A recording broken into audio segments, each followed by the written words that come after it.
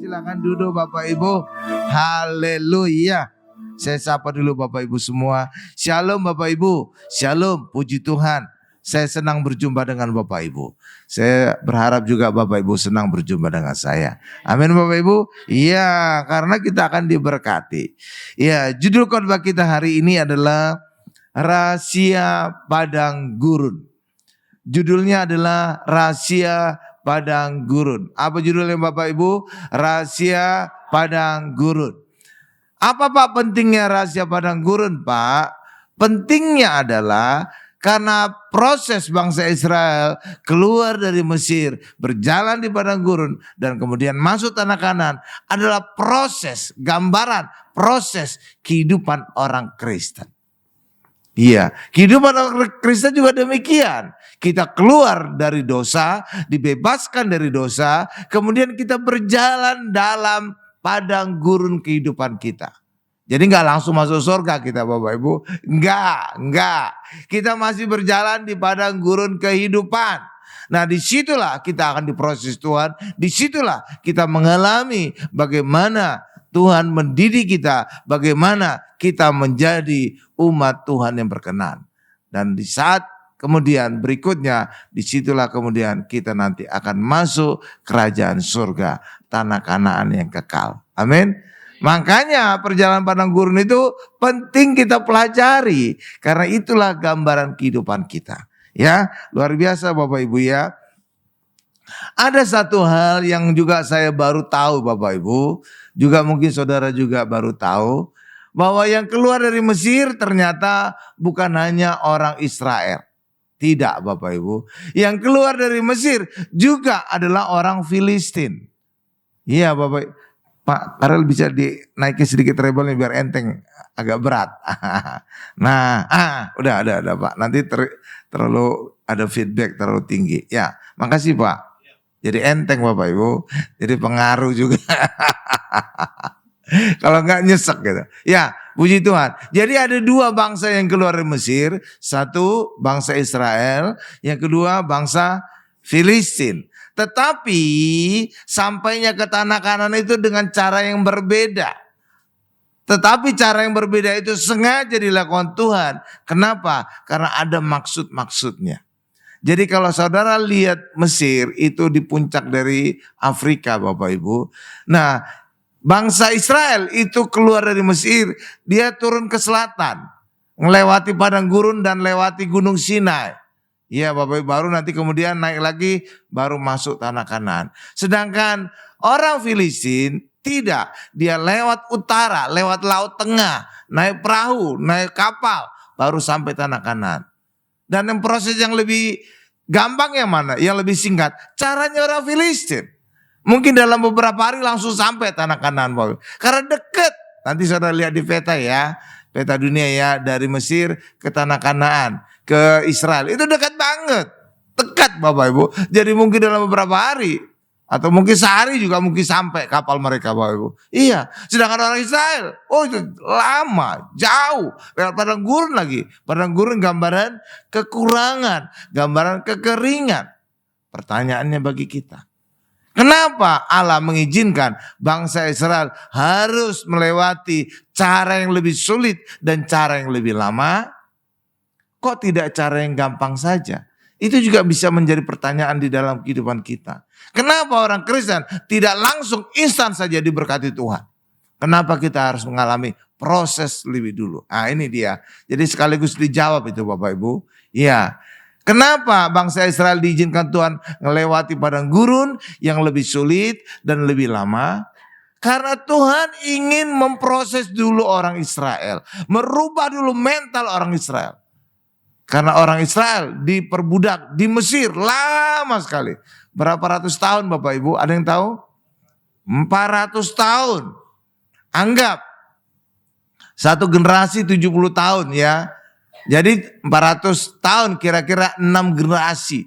Jadi 6 generasi bangsa Israel diperbudak di Mesir. Makanya mental mereka benar-benar mental budak. 6 generasi Bapak Ibu. Itu lebih dari Bapak, opung, atau di atas lagi. Sampai 6 di atas. Kan Wah, itu udah lama sekali ya Bapak Ibu ya. Iya kan Bapak Ibu ya. Sedangkan kita aja, misalkan daerah asal kita mungkin kayak Siantar kayak saya Bapak Ibu, satu generasi ya. Itu saja mesti melekat dalam pikiran saya suasana lingkungan Siantar kan. Ya enggak, satu generasi doang. Apalagi kalau sampai 6 generasi. Wah, itu mah udah mendarah daging itu Bapak Ibu. Itulah sebabnya bangsa Israel yang mental budak ini harus diubah dulu. Supaya mereka layak menjadi umat Tuhan yang layak. Itulah sebabnya harus diproses dulu. Lewat padang gurun. Lewat padang gurun itulah mereka mengalami kesulitan. Dan lewat kesulitan itulah mereka belajar mengandalkan Tuhan untuk mengatasi masalah mereka. Hal yang sama juga dengan orang Kristen Bapak Ibu. Orang Kristen enggak langsung diberkati Tuhan. Kenapa? Orang Kristen itu kalau langsung diberkati enggak siap. Kalau saudara dadakan diberkati Tuhan, saudara enggak siap. Berkat itu enggak selalu membuat orang happy loh Bapak Ibu. Enggak.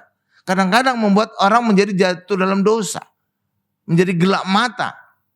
Iya Bapak Ibu, iya. Contohnya ya, contoh aja ya. Saudara pernah baca enggak di koran, dulu masih ada koran. Tiba-tiba ada tukang becak gitu menang undian ratusan juta. Apa yang terjadi? Orang itu malah bermasalah.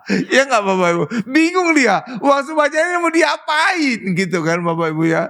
Mungkin kawin lagi dia. Mungkin segala macam dia lakukan. Benar enggak Bapak Ibu? Iya. Hal yang sama juga dengan orang Kristen. Kalau orang Kristen belum siap mentalnya untuk menerima berkat. Berkat itu justru menenggelamkan dia. Dan itu gambarannya terlihat ketika Tuhan Yesus memberkati banyak ikan kepada Petrus dan kawan-kawan. Apa yang terjadi pada perahu mereka? Perahu mereka hampir tenggelam. Jalan mereka hampir koyak. Hal yang sama juga dengan orang Kristen. Ketika kita tiba-tiba diberkati banyak ikan, banyak berkat, belum tentu hidup kita bisa bertahan. Bisa saja kita tenggelam atau hidup kita menjadi terkoyak. Benar gak Bapak Ibu? Banyak kesaksian ketika suaminya masih miskin, masih setia, masih suka sama-sama dengan istri kemana-mana. Tapi ketika makin kaya, makin sukses, jadi lupa pulang dia Bapak Ibu. Istrinya jadi di mana-mana. Benar nggak Bapak Ibu? Iya. Karena itulah ada kejadian di gereja saya yang lama. Ya, gembala saya ketika ada altar call, ada seorang bapak suami istri gitu Bapak Ibu ya, minta didoain. Pak Pendeta, Pak Gembala tolong doain kami supaya hidup kami diberkati, supaya suami naik pangkat, sukses. Lalu apa kata Pak Gembala itu? Kamu bertobat dulu, benar dulu. Kalau tidak berkat itu akan membuat hidupmu hancur. Iya itu Bapak Ibu. Jadi pertama-tama harus orang itu bertobat dulu. Supaya apa? Supaya dia siap untuk menerima berkat Tuhan. Amin. Amin. Iya. Hal yang sama juga dengan murid-murid. Awal sebelum murid-murid itu menjadi murid Yesus diberikan banyak ikan. Perahu mereka hampir tenggelam. Jalan mereka hampir koyak. Tapi di kemudian hari setelah Tuhan Yesus bangkit dari kematian. Murid-murid mendapatkan lagi ikan banyak. Perahu mereka tenggelam enggak? Mulai tenggelam enggak? Enggak. Mereka sudah kuat.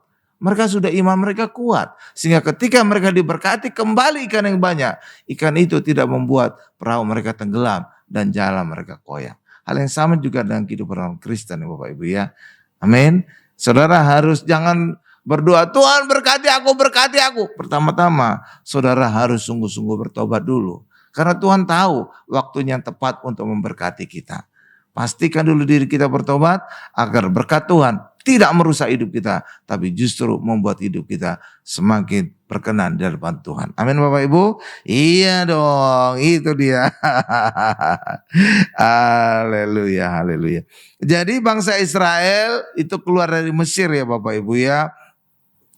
Di Mesir saja mereka sudah mengalami 10 mujizat. Ya enggak Bapak Ibu? Banyak mujizat di Mesir. Jadi harusnya orang Israel itu sudah percaya benar-benar kepada Tuhan.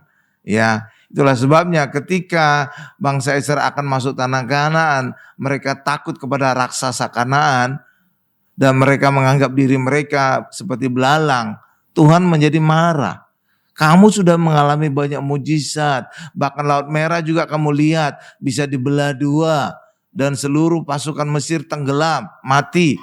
Tapi kamu tidak percaya pertolongan Tuhan untuk masuk tanah Kanaan walaupun di situ banyak raksasa. Itu yang membuat Allah marah, sehingga Allah berkata, semua orang yang lahir di Mesir tidak boleh masuk tanah Kanaan kecuali Yosua dan Kaleb.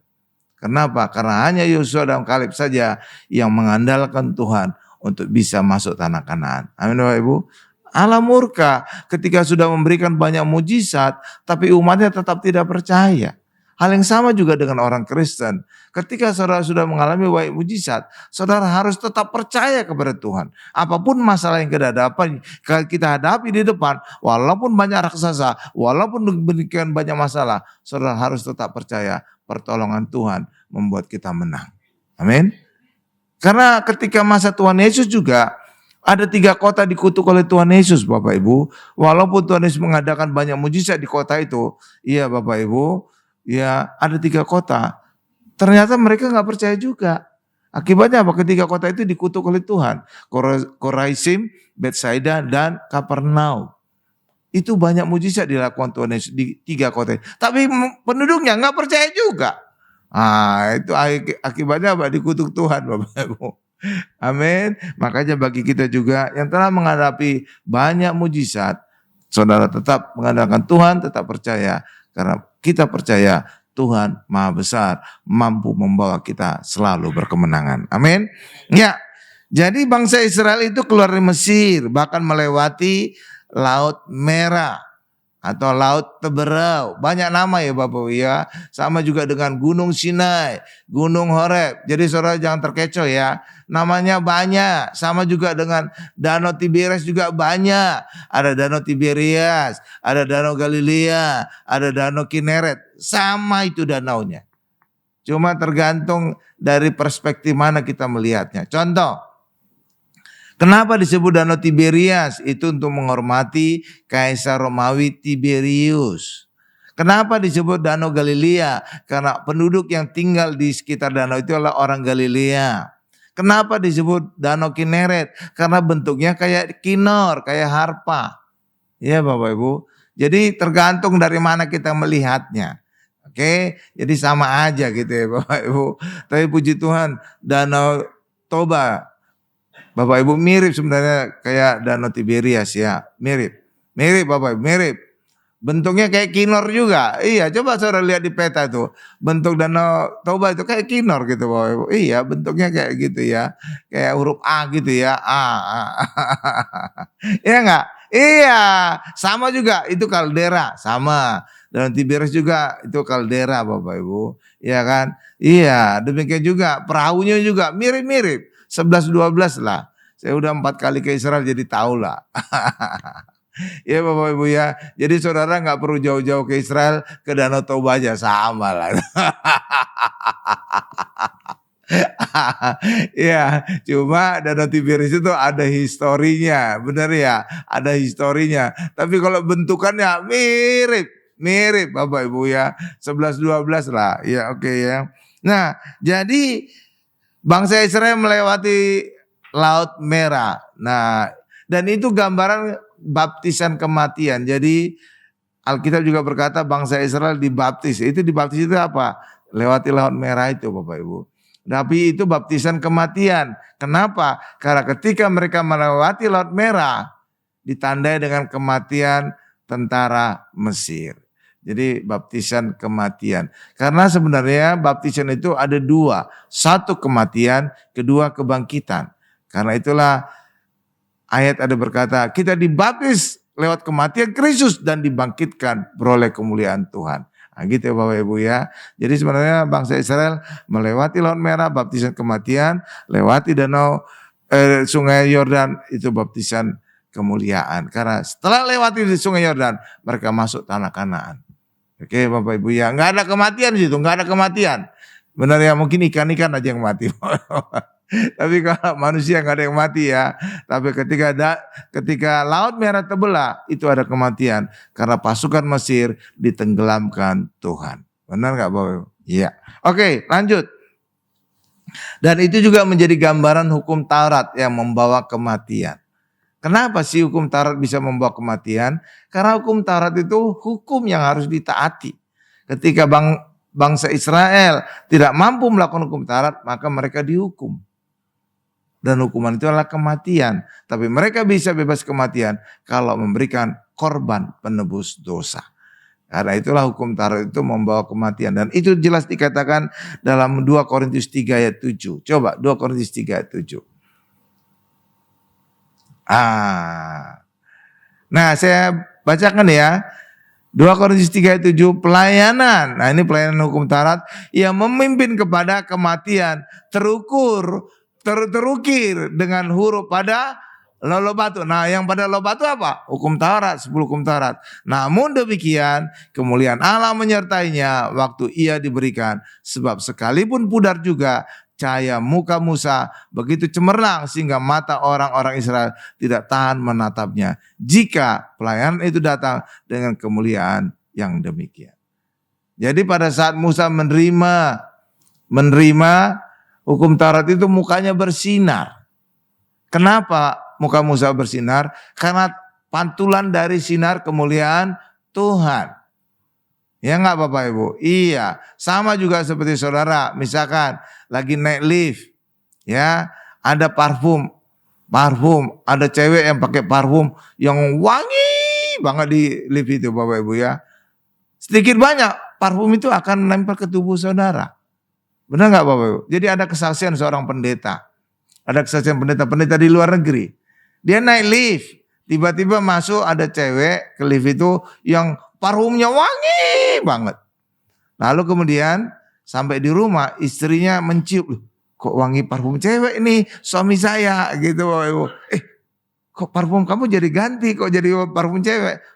Baru akhirnya si pendeta tunggu. Oh iya tadi itu saya satu lift dengan seorang wanita yang parfumnya demikian mencolok sehingga rupanya transfer.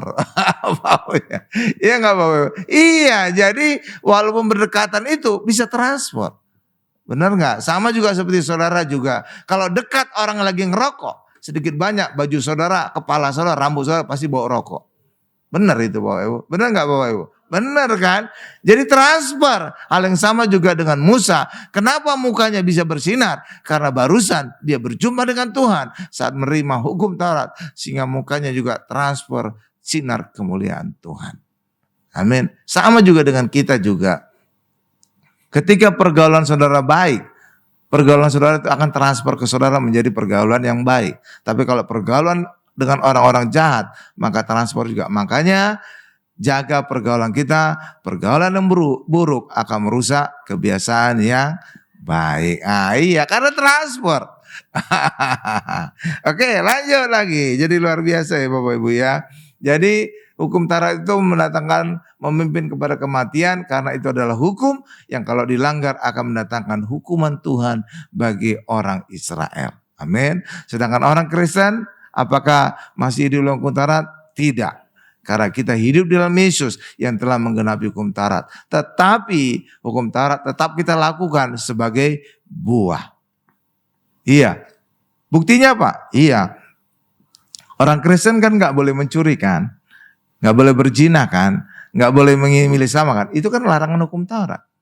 Benar gak? Kan hukum Taurat ada berkata jangan mencuri, jangan membunuh, jangan berzina kan. Artinya apa? Hukum Taurat tetap kita lakukan, tetapi sebagai buah, bukan sebagai syarat. Jadi saudara tidak bisa menjadi benar di hadapan Allah dengan melakukan hukum Taurat, tapi kita benar dengan percaya kepada Yesus. Dan ketika kita sudah benar oleh percaya Yesus, hendaklah kita melakukan kebenaran. Jangan mencuri, jangan berzina, jangan membunuh, dan seterusnya. Benar Bapak Ibu? Jadi hukum Taurat tetap kita lakukan, tetapi sebagai buah, bukan sebagai syarat untuk benar. Paham Bapak Ibu? Top. Nah sekarang bangsa Israel berjalan keluar dari Mesir, berjalan di padang gurun. Iya Bapak Ibu. Iya. Bangsa Israel berjalan di padang gurun ngikuti apa? Tiang awan dan tiang api. Siang tiang awan, malam tiang api. Ya Bapak Ibu. Jadi artinya mereka berjalan siang dan malam itu Bapak Ibu. Kenapa? Masih ada tuntunan api untuk berjalan di waktu malam. Jadi bukan hanya siang aja jalannya, malam juga. Oke Bapak Ibu ya. Nah, jadi gitu Bapak Ibu. Apa manfaat juga dari tiang awan, tiang api? Saudara harus tahu bangsa Israel itu berjalan di padang gurun yang panas banget kalau siang. Iya, panas banget waktu siang, tapi sebaliknya malam dingin banget. Jadi ekstrim Bapak Ibu. Lalu apa? Tiang awan itu berdampak kepada apa? Dengan adanya tiang awan, maka bangsa Israel dipayungi oleh Tuhan sehingga mereka tidak merasa panas terik. Malam ada tiang api, itu membuat apa? Penghangat, sehingga orang Israel tidak kedinginan. Jadi luar biasa ya. Jadi Tuhan itu menjamin perjalanan bangsa Israel itu nyaman. Luar biasa kan? Nyaman. Siang tidak kepanasan, malam tidak kedinginan. Kan luar biasa kan? Luar biasa kan? Hal yang sama juga hari ini. Kita dituntun oleh tiang salib Yesus. Ini lebih nyaman lagi. Ini lebih nyaman lagi. Kenapa? Karena lewat tiang salib Yesus, saudara berjalan dalam keselamatan. Karena kita ditebus oleh karya salib Yesus. Amin Bapak Ibu. Amin. Yang kedua, kita berjalan dalam kesehatan. Oleh bilur-bilur Yesus kita disembuhkan. Sehat kita, mantap kan? Apalagi kita diberkati. Kenapa? Karena Yesus kaya menjadi miskin agar kita menjadi kaya diberkati. Jadi benar-benar Yesus mengambil posisi kita. Yesus mati terkutuk agar kita bebas dari kutuk. Yesus mati muda usia 33 tahun agar kita bisa panjang umur. Yesus menderita agar kita hari ini bebas penderitaan, sehat. Yesus miskin ditelanjangi agar kita hari ini bisa diberkati. Gitu Bapak Ibu. Jadi salib Yesus menuntun kita hidup kita lebih nyaman. Ya enggak? Kalau bangsa Israel sekedar tidak kepanasan, tidak kedinginan. Itu mah kecil ya. Kita selamat kan mantap. Sehat akan mantap. Diberkati akan mantap kan? Jadi tiang salib Yesus itu harus menjadi penuntun kehidupan kita. Tapi, ini dia ada tapinya. Walaupun kita dituntun oleh salib Yesus, jangan saudara berpikir orang Kristen bebas dari masalah. Kenapa? Karena bangsa Israel juga ketika mengikuti tiang awan dan tiang api juga tidak bebas dari masalah. Kan mereka mengalami air pahit. Benar gak Bapak? Di Mara. Padahal mereka mengikuti tiang awan dan tiang api kan. Iya kan? Mereka menghadapi banyak masalah. Kekurangan air ada. Perang ada. Loh, di sini bisa timbul pertanyaan kita. Pak, bangsa Israel tetap mengikuti tiang awan dan tiang api Pak. Tapi kenapa mereka tetap menghadapi masalah Pak? Itu. Karena lewat masalah itu Tuhan bisa menyatakan kemuliaannya kepada bangsa Israel. Dan lewat kemuliaan itu bangsa Israel semakin mengenal Allah kita. Semakin mengenal Allah Israel. Amin Bapak Ibu. Iya. Lewat adanya air pahit di Mara, Tuhan membuat menjadi air manis. Sehingga orang Israel tahu, Tuhan luar biasa. Bisa merubah air pahit menjadi air manis. Ketika terjadi kekeringan, Tuhan bisa mengadakan sungai. Sehingga orang Israel bisa minum. Sehingga disitulah mereka melihat Tuhan luar biasa. Bisa menyediakan sungai di padang gurun. Jadi lewat mujizat-mujizat tadi, bangsa Israel semakin mengenal Allah. Semakin melihat kemuliaan Allah. Lewat masalah. Hal yang sama juga dalam kehidupan orang Kristen. Walaupun kita mengikuti tiang salib Yesus, tidak berarti kita bebas dari masalah. Kenapa? Karena lewat masalah yang kita hadapi, kita bisa melihat kuasa kemuliaan Tuhan di dalam hidup kita. Benar gak Bapak Ibu? Ketika saudara sakit, walaupun sudah mengikuti salib Yesus, walaupun saudara setia, beribadah dan segala macam, tetap sakit. Kenapa Tuhan mengizinkan? Karena lewat kita sakit, kita bisa berharap pada Tuhan. Dan Tuhan menyembuhkan kita. Maka kita melihat Tuhan Maha Penyembuh. Kalau kita tidak mengalami sakit, saudara tidak bisa melihat Tuhan penyembuh. Bagaimana Tuhan bisa saudara lihat penyembuh? Saudara aja gak pernah disembuhkan. Benar nggak Bapak Ibu? Jadi saudara bisa mengalami kesembuhan dari Tuhan kalau saudara lebih dulu mengalami sakit. Benar nggak? Kalau saudara nggak pernah sakit, saudara pernah mengalami kesembuhan dari Tuhan nggak? Ya enggak dong. Benar nggak Bapak Ibu? Iya. Sama seperti juga saya sering bertanya kepada orang. Saudara ingin mengalami mujizat kesembuhan yang luar biasa nggak? Pingin enggak? Kalau saudara pingin, maka saudara juga harus mengalami masalah yang luar biasa. Iya dong. Kenapa? Mujizat yang luar biasa itu didalui dengan penyakit yang luar biasa. Iya enggak? Iya dong. Jadi kalau saudara sembuh dari pano misalkan atau kutil, itu kok biasa itu kan. Ya penyakit remeh lah ya. Tapi kalau saudara sembuh dari kanker, baru ngeri gitu Bapak Ibu kan. Sembuh kan? Baru saudara, wah ini mujizat besar. Kenapa? Karena sebelumnya saudara mengalami penyakit besar dulu. Jadi saudara nggak bisa mengalami mujizat besar kalau sebelumnya tidak mengalami penyakit besar. Iya enggak? Iya. Makanya itu Bapak Ibu. Ya, jadi Tuhan mengizinkan kita menghadapi masalah, bukannya Tuhan membiarkan kita, bukannya Tuhan tidak peduli, bukannya Tuhan tidak sayang, justru sebaliknya. Karena lewat masalah yang kita hadapi, kita berharap kepada Tuhan dan Tuhan menyelesaikan masalah kita. Disitulah kita melihat kuasa kemuliaan Tuhan di hidup kita. Amin Bapak Ibu. Gitu Bapak Ibu. Nah, kita lihat lagi bangsa Israel itu walaupun telah keluar dari Mesir Bapak Ibu, ternyata Mesir belum keluar dari hidup mereka. Buktinya apa Pak? Buktinya mereka pernah membuat patung lembu emas. Benar gak? Disembah di kaki gunung Sinai. Saudara pernah bertanya enggak? Kenapa sih patung itu lembu? Kok bukan kuda? Kok bukan gajah? Gitu Bapak Ibu. Saudara pernah bertanya enggak? Kritis gitu Bapak Ibu. Iya kan? Iya, ada ceritanya gitu Bapak Ibu. Kok bukan kuda yang dibuat bangsa Israel ya? Kok anak lembu? Kok bukan gajah sekalian besar gitu. Iya Bapak Ibu ya. Kok bukan gajah? Itu udah jatahnya PSI Pak. Bukan. Walaupun partai PSI gambarnya sekarang gajah ya. Ya Bapak Ibu. Ya Bapak Ibu ya. Saya pernah bertanya ya, kenapa patung lembu emas yang dibuat oleh bangsa Israel kok bukan gajah atau kuda gitu ya? Saya tahu. Karena lembu itu gambaran perhambaan. Sama seperti juga Injil Markus. Gambaran Injil Markus adalah anak lembu. Kalau Matius itu adalah singa, Markus adalah lembu, Lukas adalah manusia, Yohanes adalah burung Raja Wali yang sedang terbang. Kenapa gambar lembu? Lembu itu gambaran perhambaan. Jadi Markus juga menggambarkan Yesus sebagai hamba yang menanggung beban hidup kita.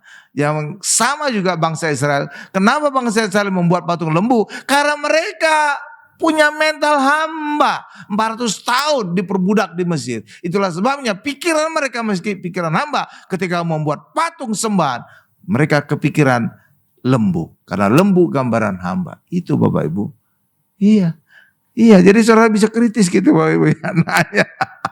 Jadi makin cerdas gitu ya orang Kristen ya. Iya enggak Bapak Ibu? Iya. Sama juga seperti saya pernah singkapkan kan. Kenapa hanya Yudas yang bisa mengkhianati Yesus? 11 murid lain enggak bisa. Saya udah jelaskan. Lihat khotbah sebelum-sebelumnya ya. Jadi kalau saudara tertarik. Iya Bapak Ibu? Iya. Jadi ada ceritanya semua itu ya Bapak Ibu ya. Ada ceritanya ya. Jadi itu. Jadi terbukti bahwa bangsa Israel itu Mesir masih dalam pikiran mereka, hati mereka. Jadi walaupun mereka keluar dari Mesir, tapi Mesir belum keluar dari pikiran dan hati mereka. Sehingga ketika mereka juga membuat sembahan, kepikiran mereka adalah lembu.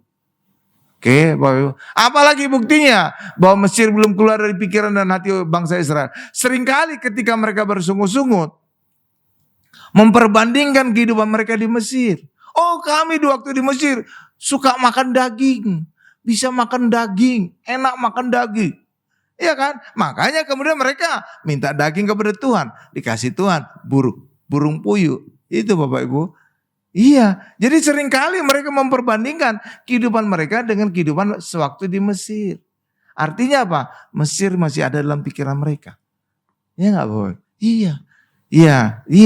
Karena itulah yang harus dirubah oleh Tuhan agar bangsa Israel itu bisa mengeluarkan Mesir dari pikiran mereka dan hati mereka. Makanya bangsa Israel diizinkan Allah melewati selatan lewat padang gurun agar bangsa Israel diproses oleh Tuhan. Nyatanya bangsa Israel gagal dalam proses. Kasihan ya. Terbukti apa? Ketika akan masuk tanah Kanaan, mereka tidak percaya pertolongan Tuhan sehingga mereka menganggap bahwa raksasa tanah Kanaan terlalu besar sehingga mereka seperti belalang. Akibatnya Allah murka sehingga Allah berkata, semua orang yang lahir di Mesir tidak bisa masuk tanah Kanaan kecuali Yosua dan Kaleb. Bahkan Musa dan Harun tidak masuk tanah Kanaan. Ya kan? Iya kan? Artinya mereka gagal dalam proses Tuhan. Gagal Bapak Ibu, gagal kan? Jadi gagal sebagai umat yang layak bagi Tuhan. Ya kan? Gagal kan? Gagal. Sehingga mereka harus kembali berjalan 40 tahun di padang gurun. Itu ada dua maksud perjalanan 40 tahun di padang gurun. Satu, hukuman Allah, 40 hari engkau menjadi pengintai, 40 tahun engkau berjalan di padang gurun. Sampai seluruh orang Israel yang lahir di Mesir mati semua. Yang kedua, lahirnya generasi baru di padang gurun. Dan generasi inilah yang kemudian masuk bersama Yosua dan Kaleb ke tanah Kanaan. Amin Bapak Ibu. Jadi cara Tuhan kadang-kadang demikian Bapak Ibu. Dibersihkan generasi tua, generasi yang berdosa. Agar muncul generasi baru yang siap menjadi umat Tuhan yang berkenan. Sama juga seperti kenapa bangsa Israel dibuang ke Babel selama 70 tahun. Saudara tahu? Kok tidak 60 tahun? Kok tidak 100 tahun? Kenapa 70 tahun? Saudara tahu nggak? Nah saya ajak kita kritis ya. Jadi setiap Alkitab itu ada maksud-maksudnya. Kenapa 70 tahun dibuang di Babel? Kok tidak 100 tahun? Kok tidak 50 tahun? Nah, oh iya kenapa ya Pak ya? Jangan-jangan Tuhan iseng aja. Nggak ada Tuhan iseng Bapak. Iya nggak Bapak? Kenapa? Karena satu generasi itu 70 tahun. Di dalam ayat ada berkata umur manusia itu 70 tahun. Itulah sebabnya bangsa Israel dibuang ke Babel selama 70 tahun. Agar seluruh orang tua, generasi tua yang berdosa ini dihabiskan semuanya. Dan muncul generasi baru yang layak bagi Tuhan. Dan inilah dikembalikan ke Israel. Sama juga dengan di padang gurun. Kenapa mereka berjalan 40 tahun di padang gurun? Agar seluruh generasi itu mati semua yang lahir di Mesir. Agar muncul generasi baru yang lahir di padang gurun. Dan inilah menjadi umat yang layak bagi Tuhan. Amin Bapak Ibu. Hal yang sama juga dengan kita barangkali. Mungkin keluarga kita, hidupan kita agak-agak berdosa gitu Bapak Ibu ya. Kadang-kadang bukan hidup saudara yang diubahkan Tuhan. Nanti anak cucu saudara yang akan dipakai Tuhan. Jadi generasi kita disingkirkan gitu. Karena udah susah dirubah gitu ya. Udah susah ditobatkan. Ya udah kamu dihabiskan dulu. Nanti generasi anak cucu mula yang menjadi umat Tuhan yang layak. Gitu Bapak Ibu. Jadi gitu ya. Jadi cara Tuhan kadang-kadang kalau nggak bisa memproses umat ya. Udahlah dihabisin aja kamu. Nanti anak cucu kamu aja yang menjadi umat Tuhan. Ya gitu Bapak Ibu ya. Iya kan. Makanya kadang-kadang kalau saudara lihat sejarah, ya, kadang-kadang orang yang jahat ya, yang jahat banget gitu ya, memang dia akhirnya mati, tapi mungkin aja keturunannya menjadi orang yang baik gitu Bapak Ibu, iya kan, keturunan yang baik ya, iya sama seperti gini lah, contoh sederhana ya, Jerman itu dulu dianggap orang bangsa yang jahat, Jerman ya Bapak Ibu ya. Karena ada Nazi membunuh jutaan orang Israel, Yahudi ya. Di kamar gas di Auschwitz ya Bapak Ibu ya. 6 juta orang Yahudi. Saudara tahu dari bangsa yang terkesan jahat ini. Kemudian berubah menjadi bangsa yang melahirkan banyak pendeta di Indonesia. Banyak pendeta-pendeta Indonesia, khususnya pendeta yang lama, itu sekolahnya itu di Jerman, Bapak Ibu.